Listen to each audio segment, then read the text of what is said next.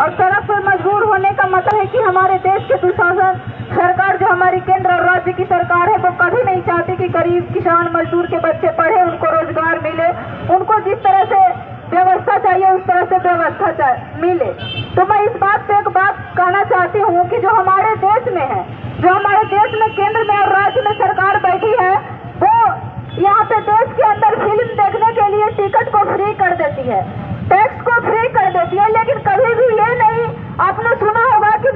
छात्र नौजवानों को पढ़ने के लिए, रोजगार करने के लिए कभी भी टैक्स फ्री कॉपी और कलम मिला होगा, बिना फॉर्म के फ्री के उन्होंने फॉर्म भरा होगा और जॉब किया हुआ। ये हमारी देश की स्थिति है। इससे ही हमें समझना चाहिए कि देश का क्या दुर्भाग्य है। देश में बैठी सरकार कहती है कि हम संविधान के अनुसार देश चलाते हैं। आप लोग को पता होगा कि कल ही के पेपर की न्यूज में हमने पढ़ा कि देश के मूल प्रस्तावना से धर्मनिरपेक्षता और समाजवाद को इन्होंने खत्म करने की बात कही है। आप लोग को सोचिए कि जिस देश के अंदर 1947 से आजादी मिलने के बाद धर्मनिरपेक्षता समाजवाद को हमने अपनाया था कि इस देश में हर जाति के लोग, हर धर्म के लोग और हर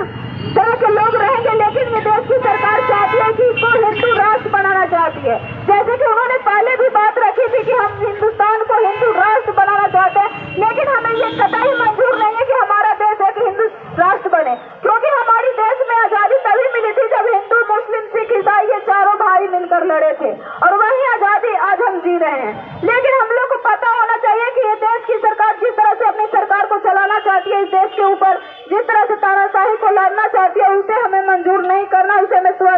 स्वीकार नहीं करना और इसके खिलाफ लड़ना है।